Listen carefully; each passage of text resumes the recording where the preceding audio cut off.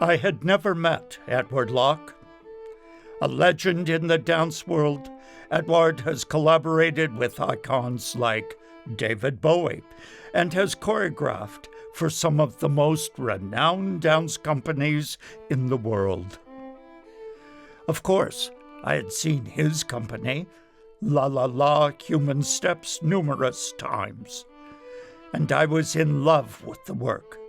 The outrageous dancing of Louise Le Cavalier and the punk rock aesthetic.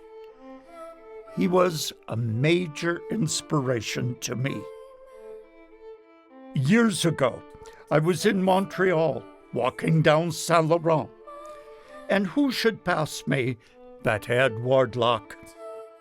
I followed him right into a building, the building where his studio was, into the elevator behind him, and pressed the button to the floor above his. We didn't say a word. Several years later, the BWDC was presenting La La La Human Steps. I was really excited to present Edouard's new work, Amelia, which he had also made a film about. The BWDC presented both. Of course, Amelia went on to win numerous international film awards. When I asked Edouard to be part of this project, he said yes immediately. But he didn't want to focus on Amelia because he is an artist who always lives in the here and now. What interested him was a new project he was working on, and of course, he had made a film to accompany it. Echo is another masterpiece. What can I say? It is my pleasure to introduce you to this most amazing artist, Edouard Lock.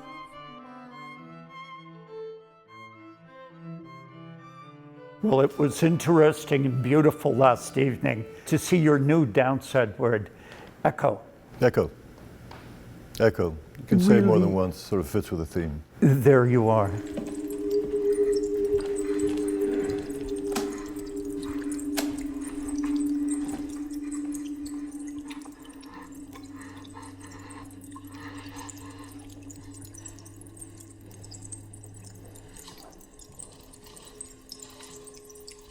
It was amazing to see a dance, a theater performance, begin with the film. The film. Yeah. No, I mean, it's interesting to see what film has as an influence on what it presents. In a way, the frame around a screen is essentially very airtight. It essentially keeps the content, whatever that content is, whether it's subversive, whether it's evocative, whether it recreates some aspect that is unusual or impossible to recreate on stage, that content is framed.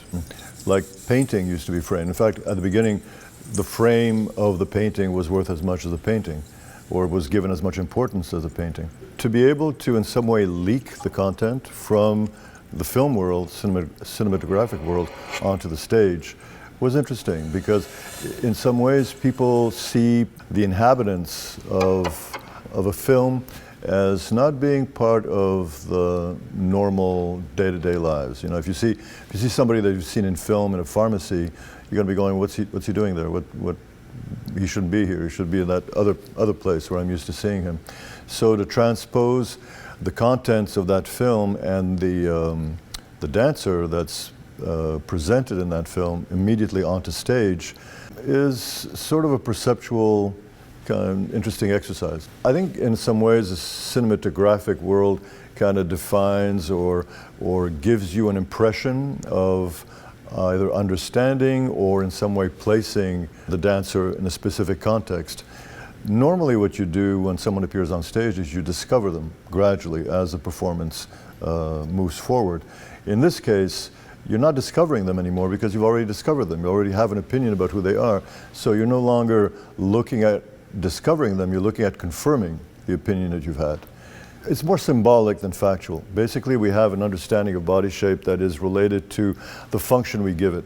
We've got the body shape of memories, all the memories that we've had in our lives that we sort of redefine and place haphazardly in a fragmented way over ourselves.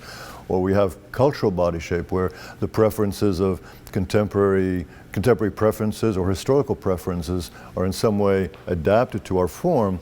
But we don't have a true understanding of our form. It's more symbolic than factual. Let's go back to the theater for a moment. Right. I come into the theater as an audience member. I sit down, and a dancer is standing there before me. There's something about the gaze.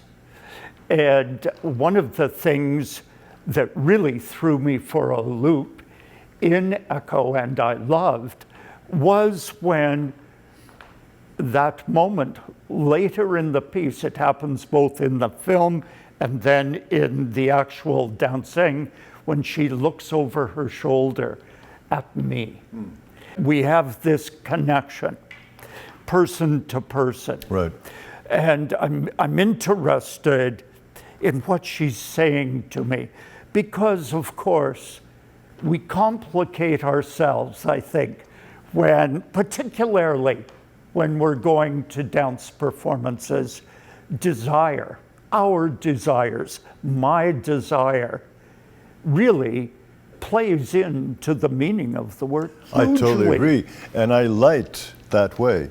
I mean, my father used to draw a lot, and at the end of the drawing, he'd cover it up in shadows, and it would really, I'd get angry, and I'd sort of say, what are you doing? You ruined this thing. It looked really great, and then you kind of just scribbled all over it.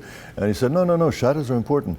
And at this point, I understand what he meant, because a story or a presentation cannot be complete. There's got to be elements of emptiness in which the audience can insert themselves. So when you mention that she looks at you and you have a meaning that is formulated, in some way she's also looking at you partially represented.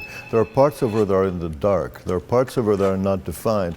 And therefore, I think in some ways, when we're talking about an involvement of the audience in essentially a story that isn't theirs, you need to in some way give them the conduit to present themselves in that story. They need to be able to project themselves in some way, whether it's rational or some other way, in what is being presented. The way the dancer is presented in the ballet that you mentioned is partially lit. It's also in some way fragmented. So there is room for the audience to transpose themselves back into the story in some way.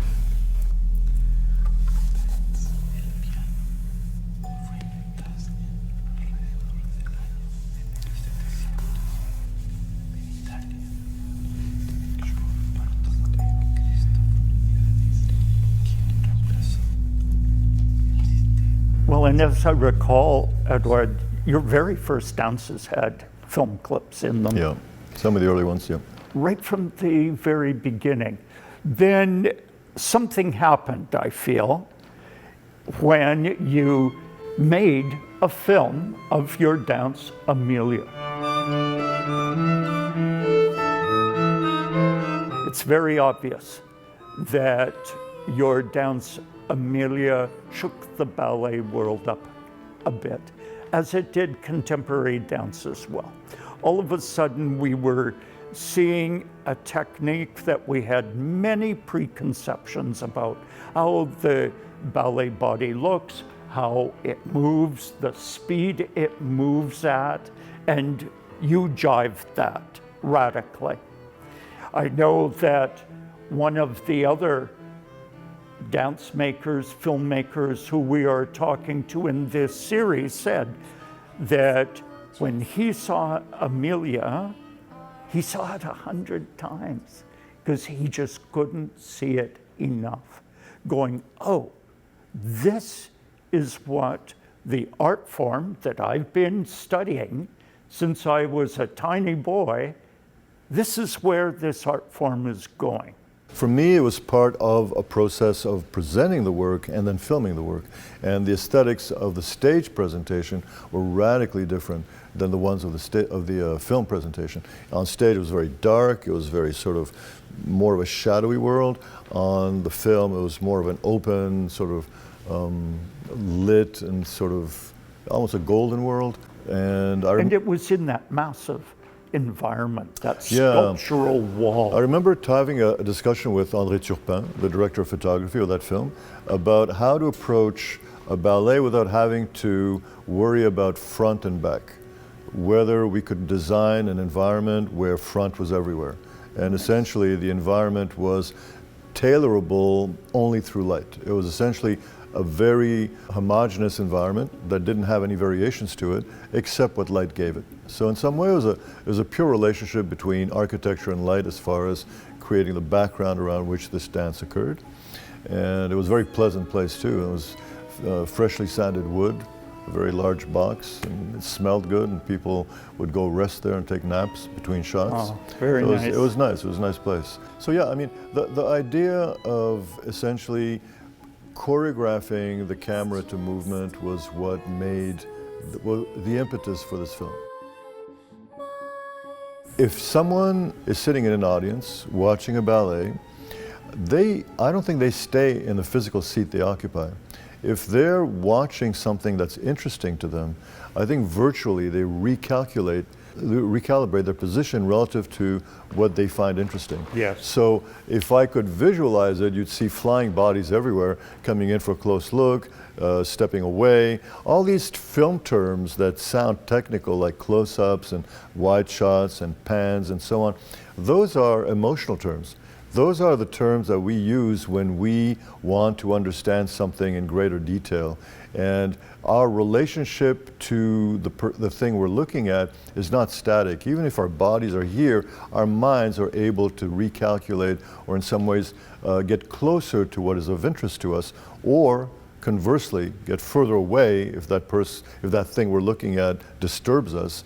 So in some way, our relationship is very dynamic. And when you're looking at to recreate that relationship in a film, obviously you can't recreate the decisions people make as to what they look for, right? I mean, depending on who is in the audience, some might decide to, be interested in that aspect of the dancer or that aspect of the dancer, and you can't recreate that, but you can recreate the complexity of their interest. In other words, I think it's a big mistake to just point a camera and on one point of view and say, okay, I'm duplicating the position of an audience. You're not. The audience is way more involved and way more dynamic in their relationship to what you're presenting than that static camera is. Well, can we even say that static camera shot as an experience of art does not work? It doesn't work. It doesn't work. And I think to a certain extent, the only reason to film something is to create a point of view that in some ways permits the audience to see this in ways that would not be possible as a stage experience. And it's old stuff in a way, because if you look at even at the old films of Busby Berkeley and so on, where you have these camera angles that are crazy and in some ways create a frame around dance that is impossible to duplicate, or point of view that's impossible to duplicate other than through film. And that's, to me, the beauty of it. One of the elements that really engaged people hugely when we all first saw the film Amelia was how involved the camera was in the dance itself. It became a dancer. To try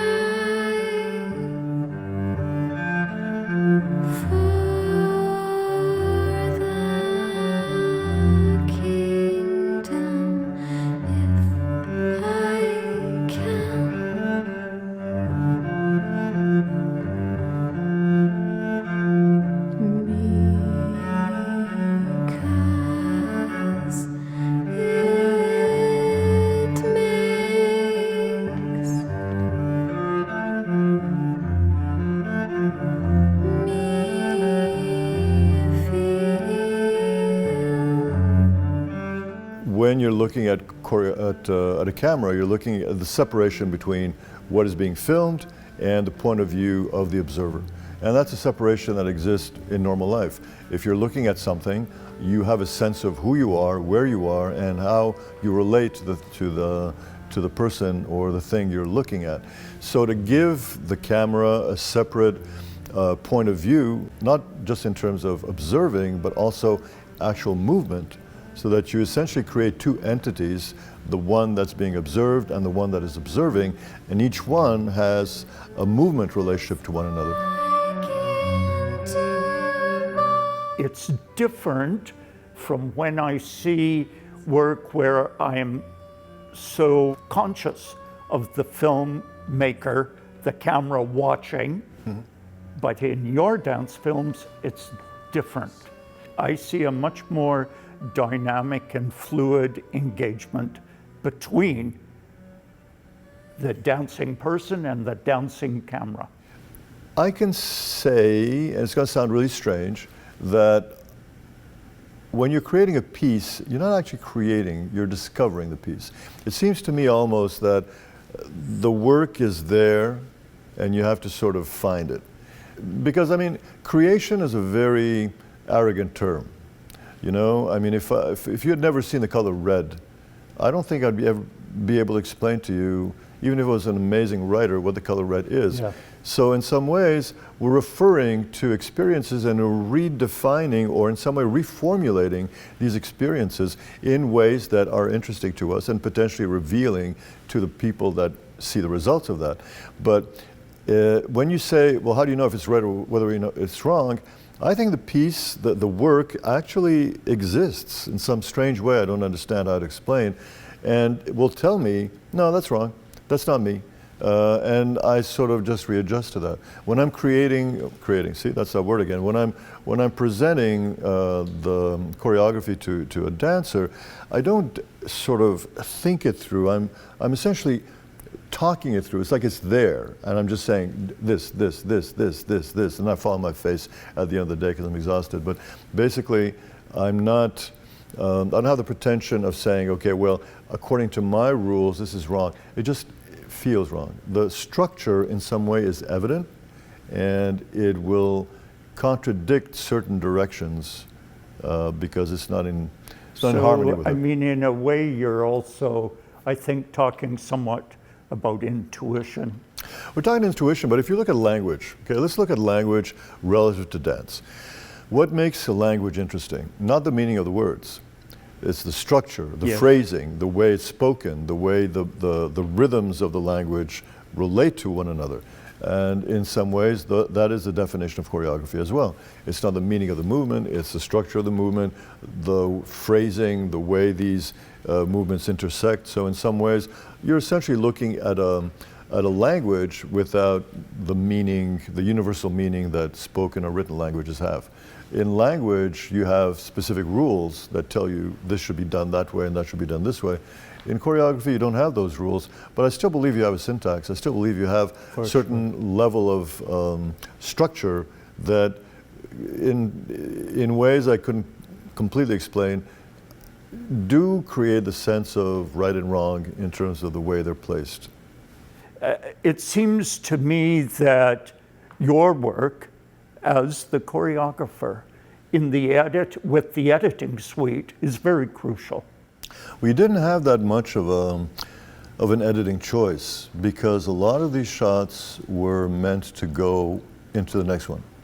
So there wasn't a B camera that was sort of taking these shots separately. It was meant to flow from one position to the next position, and there was no alternative. So if the shot didn't work, if it didn't connect, we had a problem. Mm. And so, do you storyboard? I think parts of it are storyboarded, and parts of it you want to be able to react on the set to know, okay, well, this is interesting. I'd like to explore that. But if you're doing that, then you have to know that there's no backup. So if you're going to change the approach to a shot or to a piece of dance, then you have to know that it fits with the next thing that you've got planned. Here's a dance that's nearly 20 years old. Right. Still has impact today. But you have created other dance films since then, Ida, which to me is a film with a dance that is taking place in a gallery where the audience is as close together as you and I are right now. There's an amazing moment in it when Ida's partner walks out of the audience and starts dancing with her, totally unexpected. And I know the first time I watched it, it really threw me for a loop. And I just went, oh, this is too beautiful, too beautiful.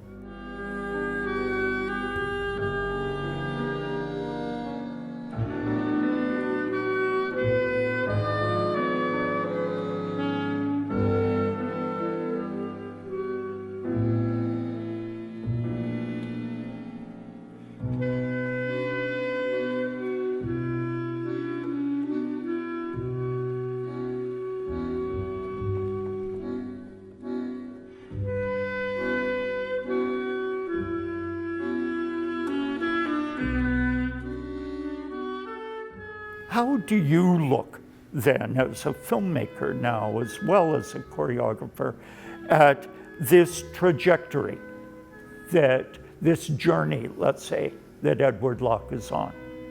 The work of putting movement onto film, as you mentioned earlier, started very early in the company's history. So it's been a constant evolution of how to present dance and people on stage without a spoken storyline, without words. More a sense of what are the parameters that an audience and eyes can relate to that are entirely visual. But in all cases, I am fascinated by movement. I'm fascinated by the impact and the influence and the effect that movement can have on the viewer. And this fascination has just brought me to want to explore it through a multiple amount of mediums, including film. As I was getting ready to talk with you, I showed the film Amelia to a friend of mine who had never seen it. The film shocked her. She went, oh, I mean, how am I going to look at ballet now? This will always stay with me. It's going to change how I look at ballet performances. If you look at the company history when it started, I mean, I started choreography before the company began in 1980, but when the company began, it was essentially going through a period that most people would have said was anti-ballet. It was sort of the opposite of ballet. It was extreme, it was loud, it seemed to in some ways contradict the idea of lines or the idea of, the world that comes with the balletic world. And I remember the first time I was invited to create a piece for a company outside of mine was the Dutch National Ballet, at the time when Rudy van Danzig was the director. I said, well, have you seen my show? The show at that time was called Human Sex, which was one of the better titles, I thought, for a performance. So anyway, he invited me to do a ballet, and I ended up doing my first ballet for Point for that company. And it was called Bread Dances. And it was on Tchaikovsky's Concerto for Violin in D major, which was absolutely not the musical world that people were associating with me at that time. But the idea of presenting ballet with its lines and its idealized forms and all the rest of it, and still not abandon the idea of this body shape being in some ways an amalgamation of all sorts of little details that sometimes contradicted each other, the idea of presenting idealized shape and then breaking it up with a more complicated approach to the details or some other way. That was the nascent start of the second phase of the company. I know that Rudy van Danzig, even in those days, even in the days of Human Sex, went, there's ballet there. I can see it. It's sort of buried under a lot of other things, but the structures are there. So maybe it was there for a while. We've spoken a lot, Edouard, about space, the space in the frame, or the space that dance takes place in. Another element that's absolutely crucial to dance is time. How time moves really gives a lot of meaning to a work. If a shot is really slow in developing, or if it's quick in developing, it changes how the viewer reads the work. I think in a way, speed or the dynamics of movement have an emotional component, because generally when we have a more involved position relative to what we're seeing, time sense is altered. When something is important to us, things seem to go more slowly than usual or more quickly than usual. We relegate normal time sense to normal things, and we place time sense in our more involved emotional states as outside of the norm, so measurable in terms of very slowly or very quickly. In some of the pieces I did, again in film, on stage, the idea of time sense also representing only one part of an individual's position in time was something I questioned when we did two. We had two screens with Louisa Cavalier on one at her normal age, and Louisa Cavalier at an advanced age on the second one, essentially doing the same movements, the same eating, sleeping, remembering. Those moments were presented as herself and presented her as herself much further into the future. And again, the sense of having more than one incarnation of ourselves, that we don't exactly reside in the time we're in, that we have memories of ourselves physically on ourselves in terms of what we were like before, how these positions in time relate to each other, how they create the composite who we are. I think our conscious self oscillates very, very quickly between the past and the present, and perhaps even the anticipation of the future, but at a speed that makes these static moments come alive as movement. In other words, our consciousness just essentially vibrates through all these incarnations of ourselves to arrive at one composite who we are. And it's interesting sometimes to be able to separate those moments in ways that illustrate their separation, which is often not very clear. We tend to unify all these experiences into one holistic idea of who we are, but filmically we can separate those moments and perhaps illustrate the differences between them in more obvious ways. Now remember, when we were shooting two, Louise at the beginning was herself, and so she was the usually powerful person that people associate to her dancing. And she had invited friends, and they came and were present when we were shooting the sequences. And then on the second day, she was made up. We used prosthetics, and so it was a very realistic aging process, so that even at our distance, it would be convincing. And she was also acting the role, so she was a bit hunched, and she was, walking around in a slower, more delicate state.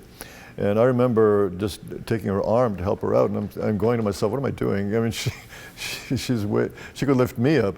So, but when the audiences, the friends who were there the first day and very sort of cheering her on, saw her come into the studio the second time, made up this way, the reaction was very strange. I mean, some people started crying, other people left the theater, they couldn't stay there. There was a sense of what is this, what's going on? Why is the time sense being altered to the point where we can see where it's going to go? And there was something oddly emotional about it. So that was one of the many ways that she was presented in the films that I made. That was one of them. Another one was very mythic in terms of presenting her in a non-dance environment, as she was then presented on stage in a more conventional dance environment. So those perceptual plays were part of the explorations that led, in many cases, to the films that you mentioned.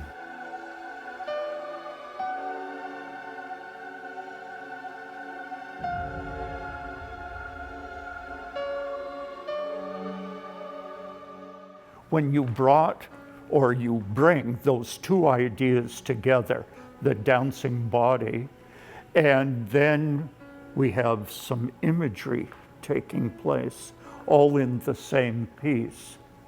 I think it starts building a a complexity to how the audience should be reading the whole thing? You know, I still don't know how the audience reads any of this, but I do know that what the theater offers to the dance, apart from a place for it to occur, is how it lights it. And I've always, you mentioned the effect that film has on perceptions of dance, or I've mentioned it, or we both mentioned it. But to a certain extent, lighting is also an extension of film in a theatrical environment. As McLuhan says, the medium is the message. And the medium through which film travels from stage to audience is light. Mm-hmm. And therefore, the type of lighting that's being used is part of the nature of what is being presented. In other words, it will affect, to a certain extent, the way we perceive the dance and secondarily to that, body shape. And I've said before, we don't, in my opinion, understand body shape. So why light it so that we try to fight that? Why not light it so that we actually acquiesce that we do not have a clear understanding of form? It's evident when something is moving in complex ways or in ways that are unusual, that time shift towards the very slow or the very fast. And it's a realization that I think is oddly freeing, because the idea that we understand ourselves is, in my opinion, being misused right now, because we're essentially being represented as entirely aesthetic, entirely measurable, entirely understandable physical extensions of our thought. We're just people that can be completely defined. By introducing the idea that perhaps we are unknowable physically, as unknowable as we are in terms of our ideas, our thought process, is oddly freeing, because we're no longer a prisoner of this perception we have that is immutable. I am exactly this. In movement, we are exactly nothing. We are a composite of all sorts of complexities and perceptions that have a name. I'm this person, but the way that person interacts physically is as complex as the way that person acts mentally. You've mentioned how light on the stage can edit work. Yes. And it does. It does. Hugely. And I think from a very early period in your work, Edouard, lighting is crucially important to what you're doing. Yeah, because I think in a way, like I said, it's the medium through which dance travels from stage to audience. And also, to a certain point, the idea that light reveals is actually, in my opinion, not necessarily its asset. I think also it's very boring. Yeah, it's very boring because you're basically looking at something and having it reinforced. Instead, I think light should hide. Yes. It should hide parts of what's being presented. Because as I said earlier, I think for an audience to fully integrate themselves into a story, they need a place to reside. They need a place to be in. And that place is the absence of information. When you're looking at somebody dance, if there's a part of the body that's obscured in shadow, that's the part the audience will immerse themselves into. They will be represented in that place where there is no information. It's an open door, because in some ways people say, well, what's the story behind this? I think the more important question is not what is the story behind what you're presenting, but what options exist for an audience to project their own stories. In other words, it's very hard to create a structure that encourages the transfer of stories and of personal information from the audience towards the stage. We generally think, okay, the idea is to present something that presents or transmits information from stage to audience. But actually, that's not the case, in my opinion. It's a conversation. And yes. Sometimes the audience will transpose their own stories back onto the stage.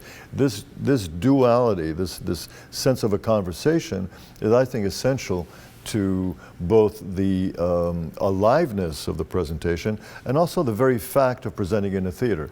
What do you feel about lighting and playfulness? Playfulness. Like, I feel the editing of light creates as much movement as the dancing does. It reveals the dancing, it can hide the dancing. There's a very playful relationship happening. This is true. Now, I don't mean it as a joke. I see No. this as serious as an interplay. playfulness. Yeah. No, that's true, and it just made me realize another thing, and that is that movement in light is often translatable to movement in time, because in the normal world, light changes when time changes. In the more sort of obvious way, the rising and lowering of light during the day, that's a way of measuring time. But also, light changes when you change positions. Normally that's what happens. The light doesn't actually change, you change in relationship to a source. And that again implies time. So when you're changing constantly the shadows and directions of lighting on a person on stage, you're essentially playing around with the concept of time. And that's an emotional concept to a certain extent. Because you essentially look at something you think you understand, and there's the doubt that comes from involving or infusing a time sense to it. Mm-hmm. Okay, now we get into film, and we think of film as an even more controlled medium. But there, to me, in your work, Edouard, there's still a sense of imagination, and I'm using the word playfulness with that, interaction between light, revealing, hiding, and what I am looking at. I think to a certain extent, when you mention Amelia, and you mention the darker parts, and there are also parts with shadows, the shadows in a way are a reference to what is unseen, right? There's a trace of the unseen in everything, in my opinion. When we look at Echo, those shadows have been transformed to reflections. The shadows are no longer there because it's essentially a dark world, but they've been replaced by reflections. In both cases, they are the result of the presence of someone. Not the person themselves, but in some way a trace of them. So they accompany the actual person we're looking at as almost a secondary reference that implies that we don't know, that there are things we can't see that are in that person. They reside in the shadow. It's almost a trace of, symbolically, of what we can't understand about them. And in Echo, the same thing applies to the reflection. The idea that we can see only part of something, and then the other part is sort of a derivative that in some ways is not quite revealing of the source. If you just look at the shadow, it alters the source. It doesn't give you enough information. And same thing with the reflection. So the idea that something's hidden in everything that we see is something that I find a truism.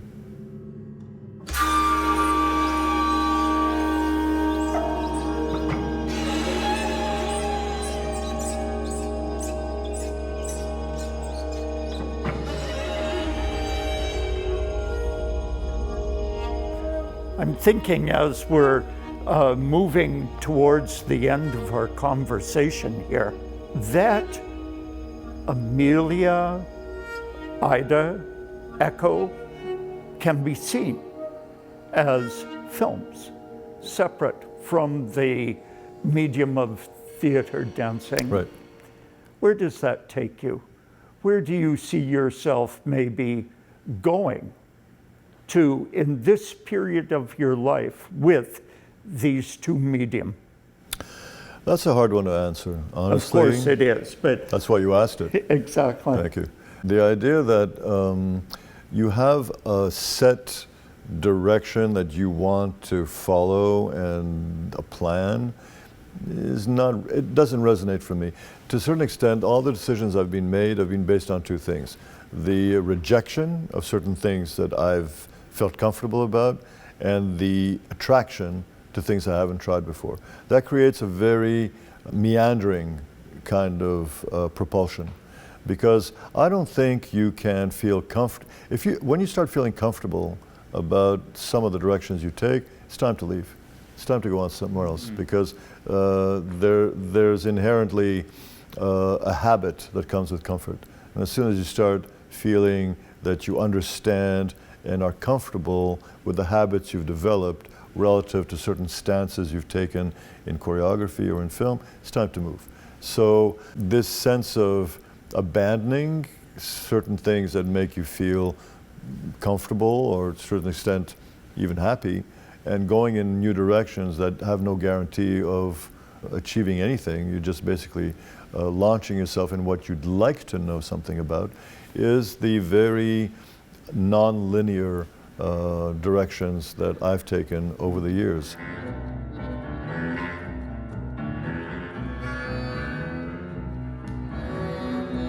And I think there's one thing that choreography and film offer, and that is to see a person doing things that are fascinating, hopefully fascinating, without amplification. Yes. There's no sense of some trickery or some sense of digital something, and I think people need that. They need to see what people do or can do physically without any artifice.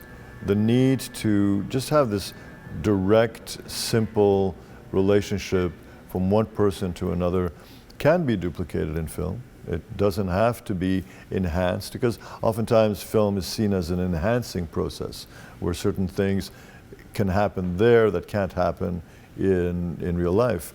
I think film as a witness is much more interesting than film as an enhancer.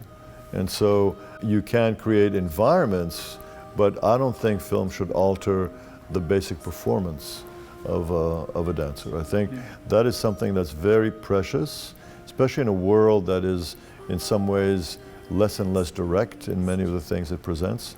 I think the need to come back to a time when we're essentially having a dialogue with only the physical attributes that we have, and that we can imitate, the viewer can imitate the person they're watching in very simple, direct ways.